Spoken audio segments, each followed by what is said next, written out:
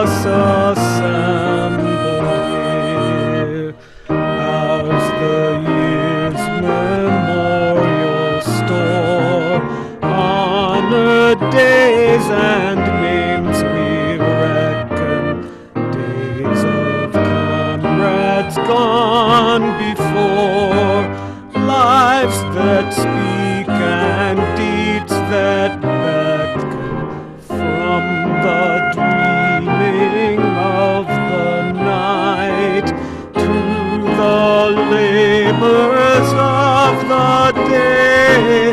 Shines their everlasting light, guiding us upon our way.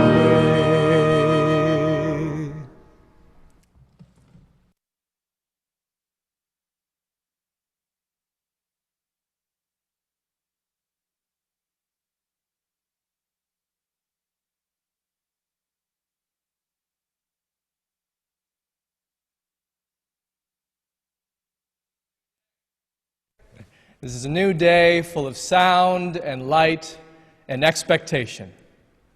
This day has been waiting for you. This day has been waiting especially for you, to embrace you, to guide you. This day has been waiting with open arms, just for you. This is the day we have been given. Let's not waste it. Come now, and let us worship together.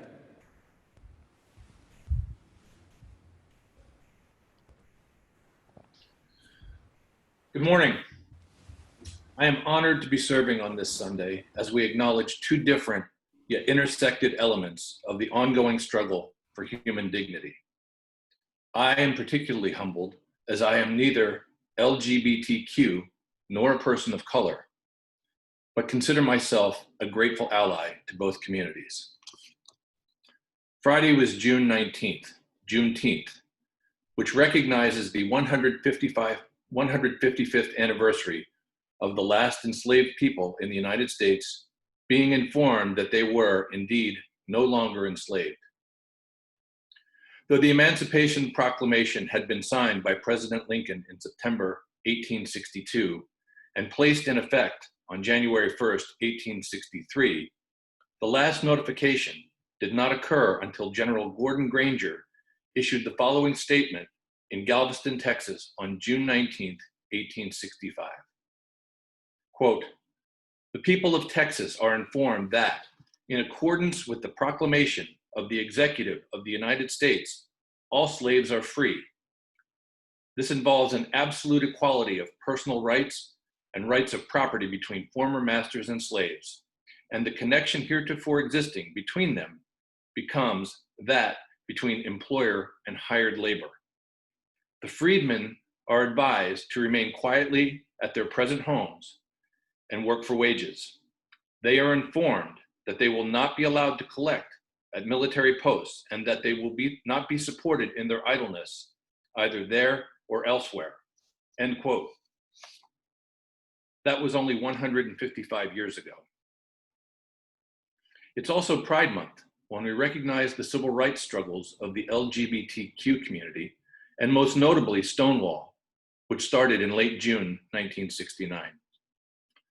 The Stonewall riots, as they are called, began in the early morning hours of June 28, 1969, when police raided the Stonewall Inn in Greenwich Village. Gays, lesbians, transgender persons, and drag queens were lined up, humiliated, and arrested for, quote, "engaging in homosexual activity," end quote. As recounted by Jodi Ann Burry in The Riveter, patrons were being arrested and taken into custody, and history holds that one woman, a Black lesbian named Stormy LeLarverie, shouted, quote, "Why don't you guys do something?" Her call to action became known as the First Punch, which inspired the resistance that was the riots. Stormy's call to action galvanized others to resist, including Marsha P. Johnson and Sylvia Rivera, two trans women of color who went on to build their own legacies as pioneer activists for gay rights. Stormy later said of the Stonewall riots, quote, "It was a rebellion. It was an uprising. It was a civil rights disobedience. It wasn't no damn riot." Which brings us to today. We are in the midst of another historic time where Americans of all races and gender identities are demanding racial justice on every level. Unlikely and unknown heroes are emerging in this struggle, just as they have in previous times. Martin Luther King Jr., paraphrasing abolitionist and Unitarian minister Theodore Parker, said, quote, "The arc of justice is long, but bends towards justice. The arc of history is long, but bends towards justice." Today, during this extraordinary time, let us recommit as individuals and as a church in doing our part to bend the arc of history toward justice.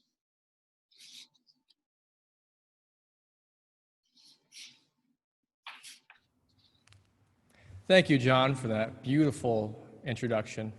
My name is Reverend Joseph Boyd. I welcome you into the sanctuary at 1105 Elm Street in Youngstown, Ohio. I welcome all of you in the Youngstown, Mahoning County, Trumbull County, Warren, Hermitage, PA, surrounding area. I also offer my welcome to those who are outside of the PA, Ohio proximity. I welcome you if you are in New York City, California, Colorado, Brazil, and Europe. Welcome into this sanctuary. So we have given approximately 400 Black Lives Matter signs as of now, and we've ordered 100 more. So if you would like a Black Lives Matter sign, if you've not picked one up, please put your name down in the bottom of the chat box and just say BLM sign. I'm especially reaching out to those who live in Boardman or Poland. So far we've given, I would say, a handful of signs in those neighborhoods, and those are majority white communities. And I would love to see a Black Lives Matter sign in these housing developments. So if you live in Boardman or Poland, please consider picking up a free sign. Again, put your name and email address and just say BLM sign down in the chat box. We will have religious education this afternoon at 12:30 p.m. So if you know of any children, it is open to anyone. You don't have to be a member of the church to participate. If you have any neighbors with kids that are restless, you have any grandkids, anyone who wants something to do, I'll read to you what is going to be covered today. It looks very interesting. This week's lesson is animals, insects, worms, and sea life. The activity will be to find a creature to live in the habitat created from last week, to modify the habitat for the specific creature, and learn how to keep this creature alive and well. So the only supply you'll need is a creature. The best option will be an insect probably found outside. Again, be very, very careful. We don't want to harm the insect.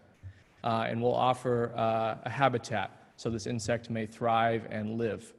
And again, that's today at 12:30 p.m. There is a separate Zoom link for the religious education, and please look down in the chat box. Andy is going to put that down in the chat box so you can click on that Zoom link and send it to all your friends. This coming Wednesday, June 24th at 7 p.m., there will be a hospitality team meeting. This church has been known for years as a church of great hospitality, and we are rethinking creatively about what hospitality means in virtual ministry. And there have been some great ideas, but we want to hear more from you.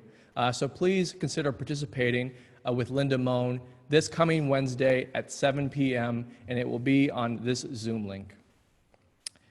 And final announcement is next week will be a very special service. Next Sunday will be a service led by my wife, Jennifer Ruth, who will lead a service, Blessing of the Animals. We've learned that actually a virtual service for Blessing of the Animals may be better than an in-person service. You don't have to bring your animals into the sanctuary, especially if they're shy and don't want to leave their homes. So this is actually better, we think. So I'm giving you a heads up in case you still have very shy animals. You can take a picture of them to show, because there will be a time for sharing during that service next Sunday. So you can take a picture of them, or you can have your iPhone or Android phone ready so you can turn the camera and look at them. And so please be prepared for next Sunday for our Blessing of the Animals service. And get your scaly and furry friends ready, either through a picture or in person. I saw Kelsey Meyer's face there for a second. I'm really glad to hear Kelsey's words for our chalice lighting this morning. So let's go to Kelsey. Hi, everybody. As I've seen said many times this Pride Month, Stonewall was a riot, not a rainbow.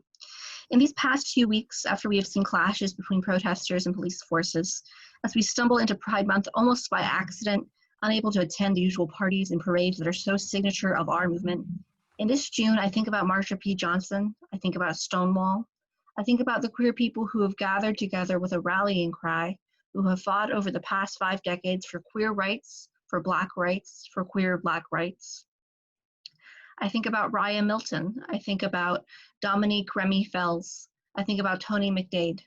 I think about the 15 transgender or gender nonconforming lives shot down in violent acts since the beginning of 2020. Violence against trans people, and especially violence against Black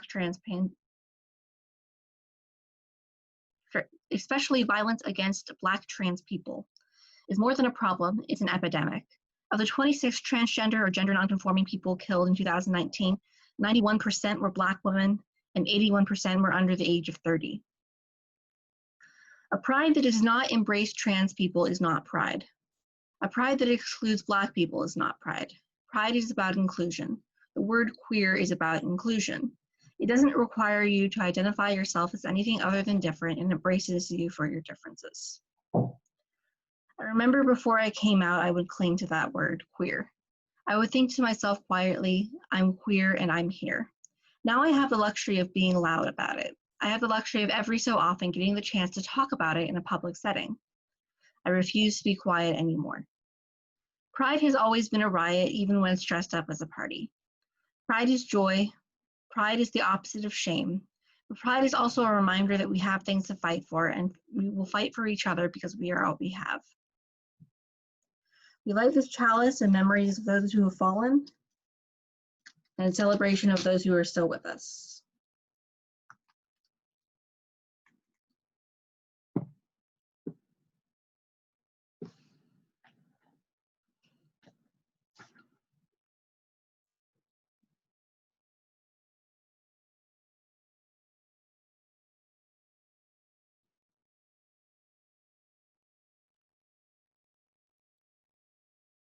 Please join me in reciting our church's covenant. Love is the spirit of this church, and service is its law. This is our great covenant, to dwell together in peace, to seek the truth in love, and to help one another. Each month, we give to an organization that supports transformation in our community, which is the heart of our mission. In our church's historic commitment to the well-being of our community, we give 100% of our offering to those in need. UUYO's Give Away the Plate recipient for June is Inspiring Minds of Youngstown.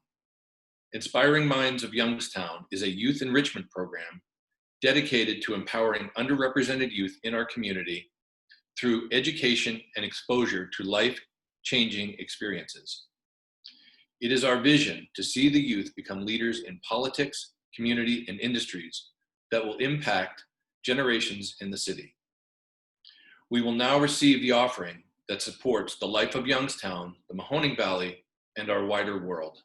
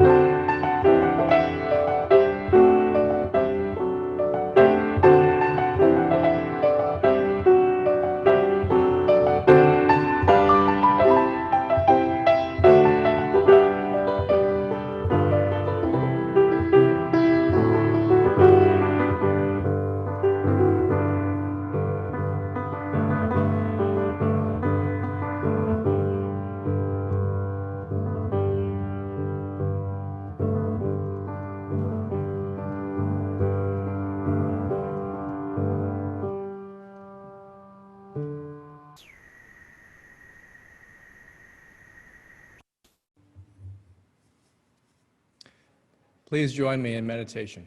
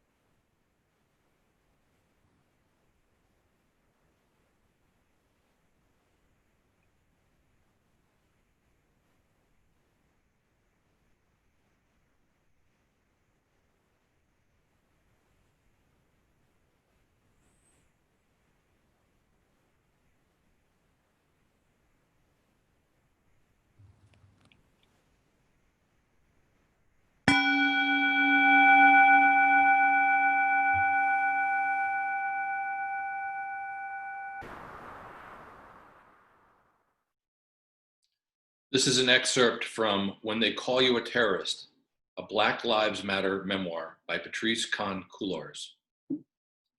Days after the elections of 2016, Asha sent me a link to a talk by astrophysicist Neil deGrasse Tyson.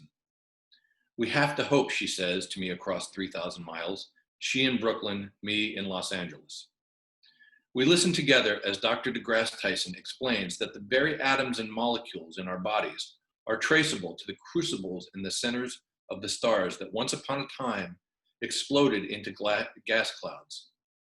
As those gas clouds formed, other stars, and those stars possessed the divine right mix of properties needed to create not only our planets, including our own, but also people, including us, me, and her.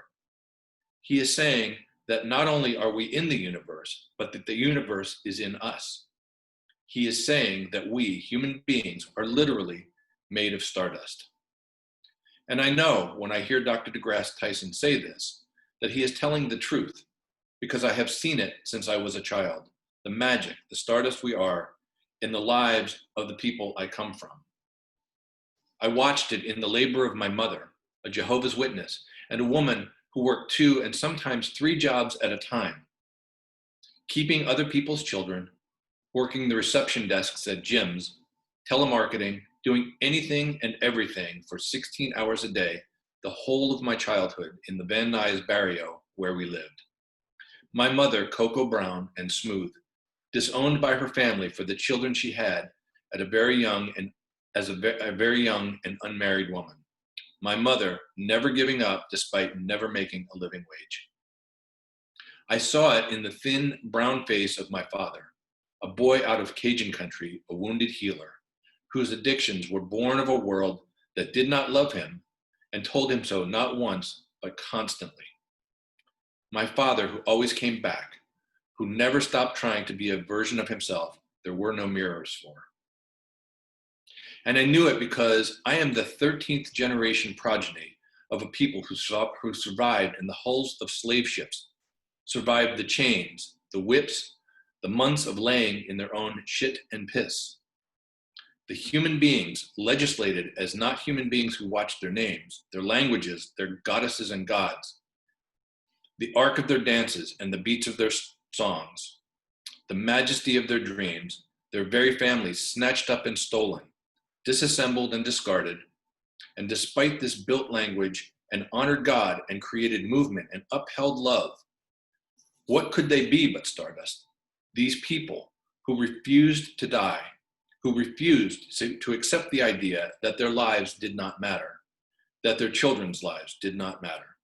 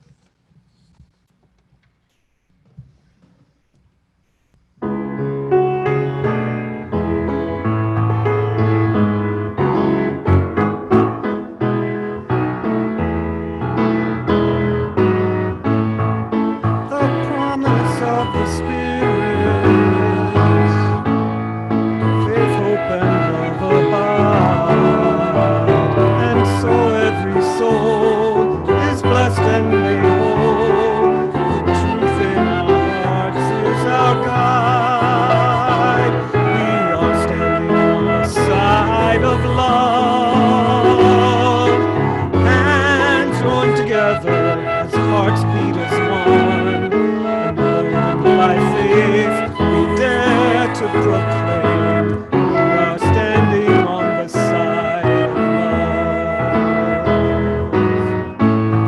Sometimes we build a barrier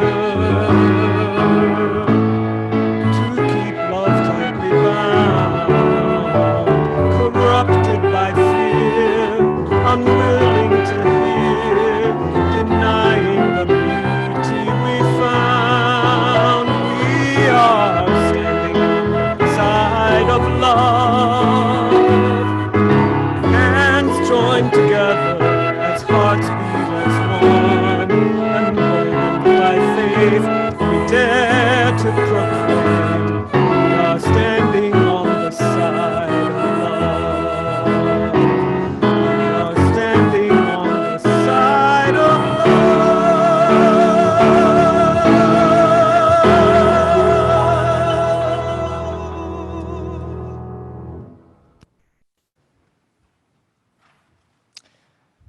I thought about the fathers this Juneteenth who celebrated with their children, black, white, brown, and telling their children about the meaning of this holiday in 2020. I think about the fathers who have already had the talk with their black daughters and sons about what to do if the police pull you over, where to place your hands on the steering wheel if you're in a car, how to be as still as possible and not move. I've thought about all the fathers that are missing on this day, murdered, overdosed, imprisoned. I think about all those families that never mention fathers, where the term father is an open mystery, where the imagination runs wild. I think about the fathers who are very much alive, appreciated, and who we can talk with on this Sunday. I think part of the reason we want to know about our fathers, whether we knew them in our life or not, is because we want to know deeply about ourselves. We want to know that we are connected. We want to know we've come from somewhere. We want to know what it means to be a person. In Galveston, Texas, I think of the fathers in 1865 who tried to tell their children what emancipation meant and how they might have told their daughters and sons that they are free and what that freedom meant. Maybe all that needed to be communicated was a sense of joy, a sense of celebration with their church communities or near bodies of water where they were less likely to be murdered by their white neighbors. I think about the ensuing years following, which included legislation to put limits on this emancipation, including Jim Crow laws, all the way up to the modern day in 2020, where we incarcerate large numbers of fathers, all the while still celebrating emancipation. I'm not telling you anything that most of you don't already know. We all know, or at least many of us know, the contradictions of the moment we are in. The contradictions of celebrating emancipation 155 years ago and the reality that we see today. There is a contradiction between official laws and holidays and the lived experience we feel acutely in this moment. It is for that reason, and that reason alone, I feel incredibly hopeful. We are moving away from what Dr. King named as a negative peace, which is the absence of tension, to a positive peace, which is the presence of truth-telling and justice. It is in this intensity, this move away from the illusion of peace, moving away from the absence of tension, that fills me with hope. As long as there is struggle, there is tension, a noticing of incompatible realities, there is hope. Tension is the first real sign of hope. Tulsa has been in the news lately. I mentioned a little bit about Black Wall Street last Sunday, but there are details I am still learning. I was in Tulsa, Oklahoma in 2016 when Terrence Crutcher, an unarmed black man with his hands up in surrender, videotaped, was shot in broad daylight by police. I was there when this happened in the fall of 2016, when the videotape of this shooting was shared with the world. And I was there in the spring of that year when the police officer involved in that shooting was acquitted. What I didn't know until a few days ago was this. Terrence Crutcher's great-grandfather was killed during the race massacre on Black Wall Street in 1921. 3 generations later, he was also killed by the state, and there were no consequences, similar to 1921. Terrence was a father, and his children are alive now in 2020. It would be very tempting to think, given this 3-generation experience of systematic violence without any form of justice, that hope is not real. In fact, I remember writing a piece that year called Post-Hope, where I followed this train of thought to its logical conclusion. 4 years later, I see this differently. I see something now I did not have the awareness to see 4 years ago. Freedom, emancipation, is not something we struggle to get. The troops who arrived in Galveston, Texas, did not free the slaves, June 19th, 1865. We are not trying to free our sisters and brothers in this moment. As long as we have this view, despair is lying there in wait. We are not trying to free anyone or help make anyone a first-class citizen. We are struggling and protesting because we see something obvious that has not been fully realized due to the state of our nation today, a nation yet to come of age. We see ourselves and others as free.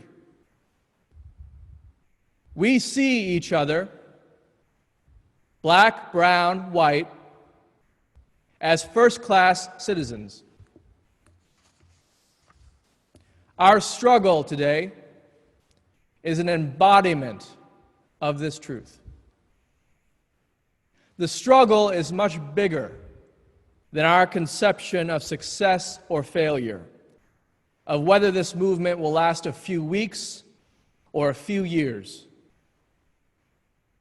no matter what happens, this truth of freedom is inherent, inalienable, and in the end, unavoidable. It can be covered up. It can be long ignored. It can fail to reach those at the corners of the earth who are desperate to hear that truth. But it is still true, even if it is not yet fully realized. The absence of tension is a form of civil violence that seeks to obscure this truth, which is why this moment is so important. We are not making something true today. We are rediscovering a truth that has been true before the slaves were freed in Galveston. And we are realizing and embodying the enduring power of this truth in 2020. Freedom, emancipation that is inherent. The human spirit will not completely succumb to enslavement and oppression. It will rebel, and it will rebel in every generation, and it will continue to rebel until emancipation is fully realized. Pride is an embodiment of this truth. Pride is the embodiment of love, which is inherent. After the Stonewall riots, it would take decades for the state to recognize even a fraction of this truth. Even within the last few weeks, this sense of legal protection was under threat by our current administration. The Supreme Court upheld prior protections, but as we've learned, the law does not mean that emancipation is fully realized or adequately enforced. It takes each generation to understand for itself that emancipation is written into our DNA, and it must be fully realized.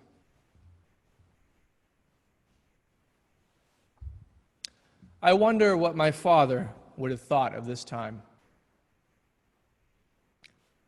Maybe some of you have wondered and pondered on that too.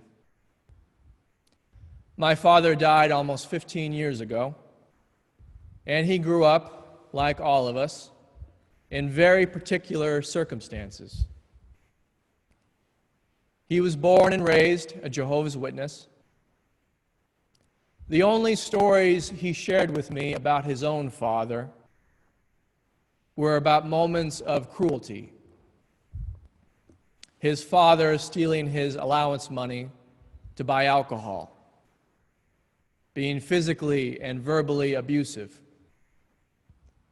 My father was just about my height, and he told me about the day he realized as a teenager that he could overpower his father and stop his mother, my grandmother, from being abused. My father was white, grew up poor in rural Oregon. Like many people in Youngstown and across this country, he did what he felt he had to do to survive. He dropped out of high school to work in construction so he could support his mother and his sisters.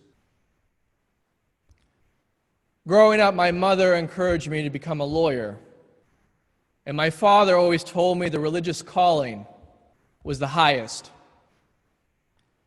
To my own surprise, I have chosen my father's path.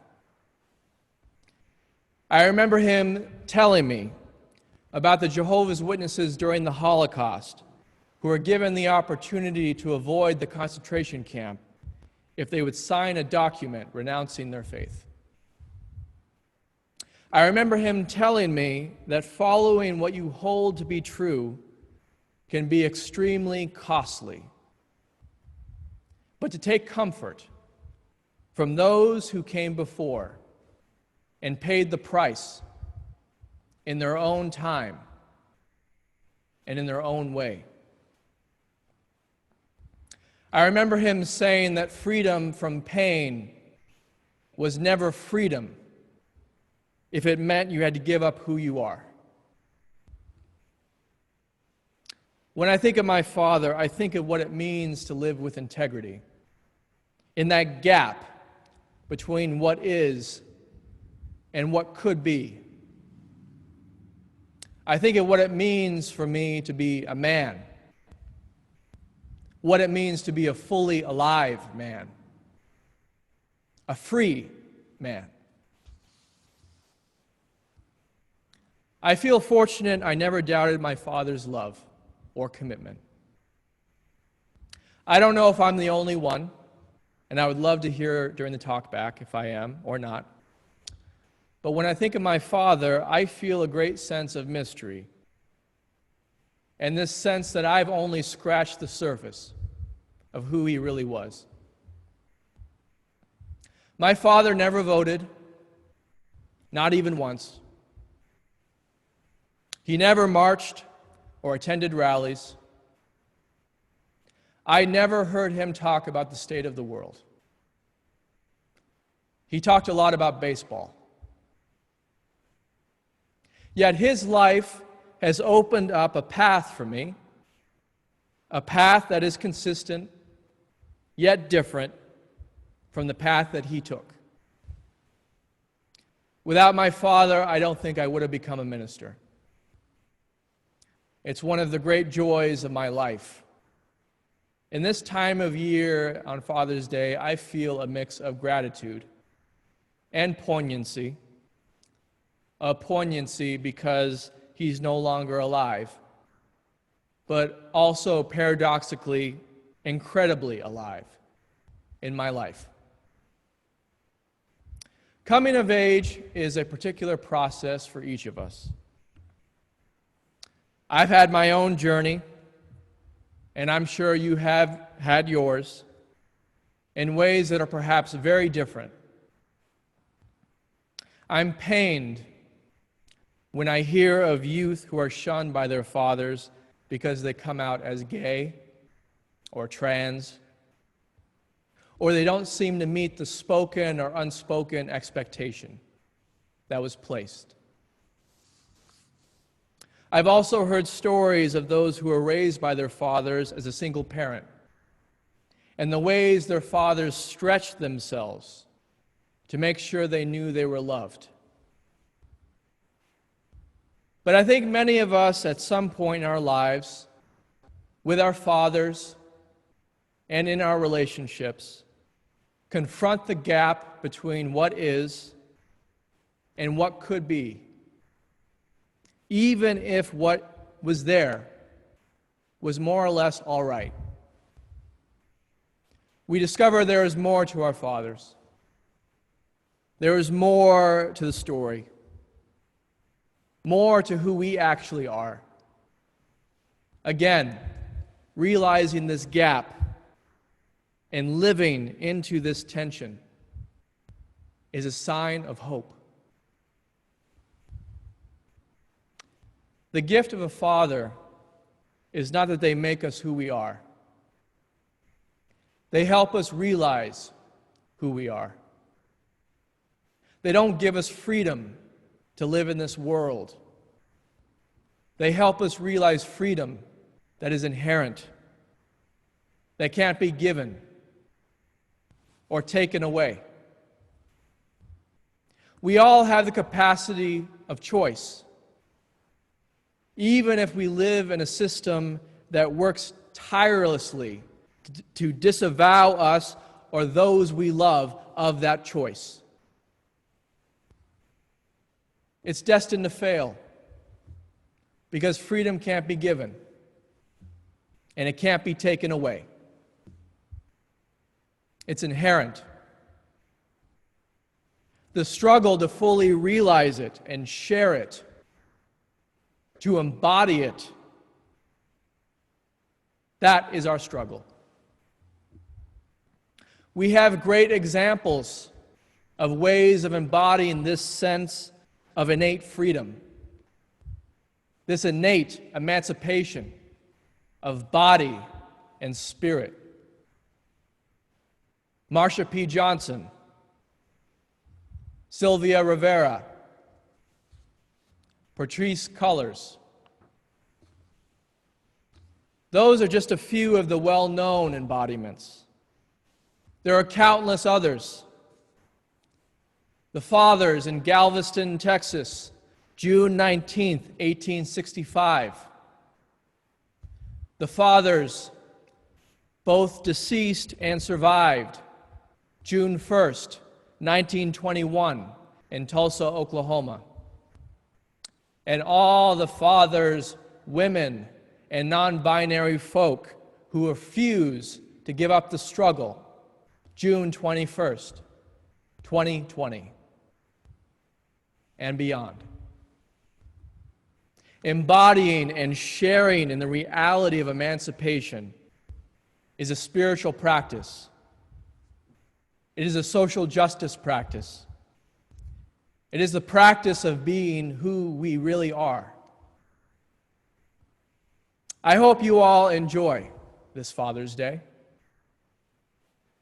I hope you are able to honor Juneteenth and this month of pride.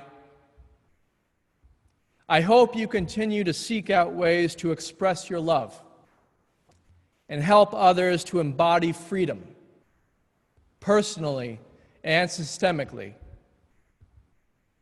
I hope you have the courage and patience to discover the freedom that exists in this moment and for all moments going forward.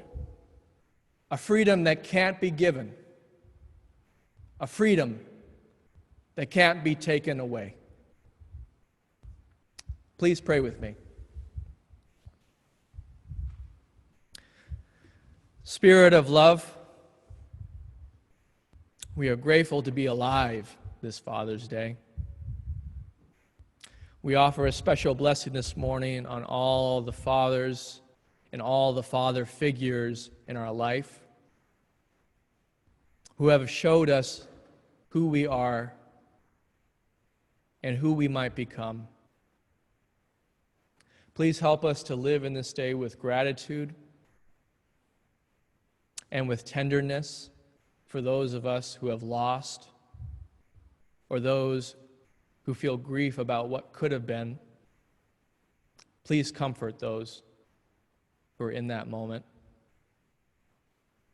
We pray for the mass movements across this world for freedom, the Black Lives Matter movement, and the movement for freedom for the LGBTQ community, for women across the world, for all of those who've been marginalized and told they didn't really have a choice.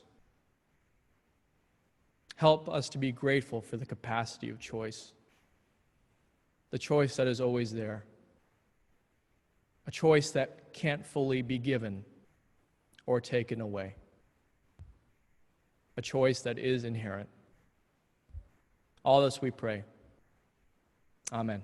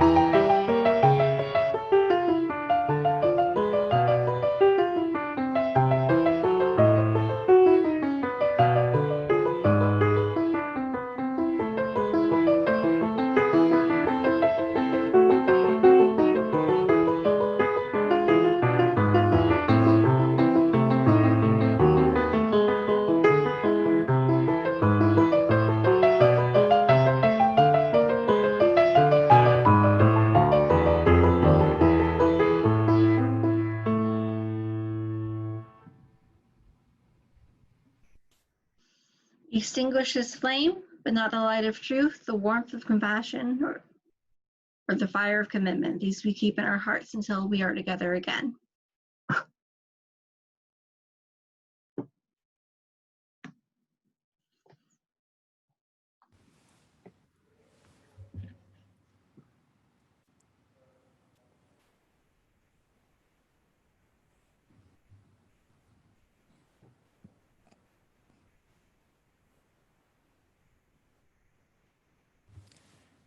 As you depart, please remember the one great fact. You are loved and never truly alone.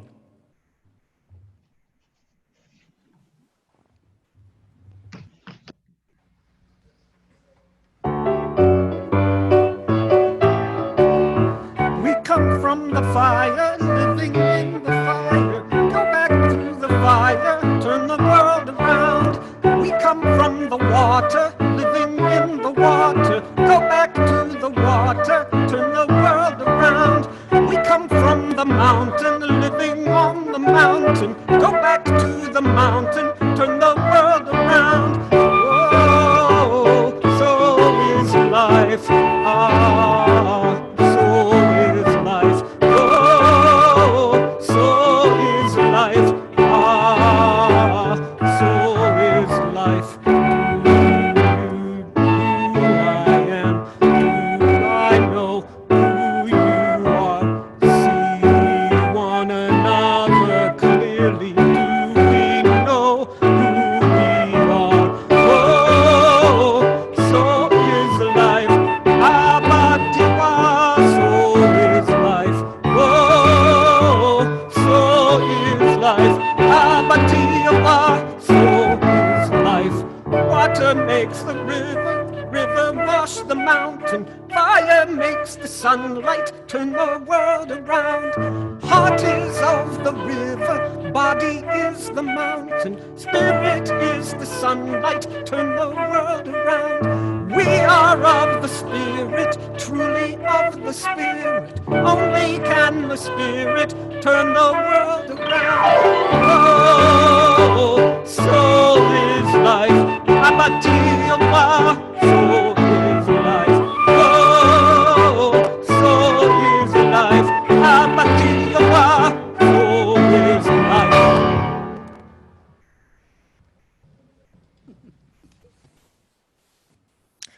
So now I would love to hear from you. I would love to hear if you have anything you'd love to share based on anything you heard or anything that came up for you while you heard it. Anything that resonated with you that you would love to share with all of us.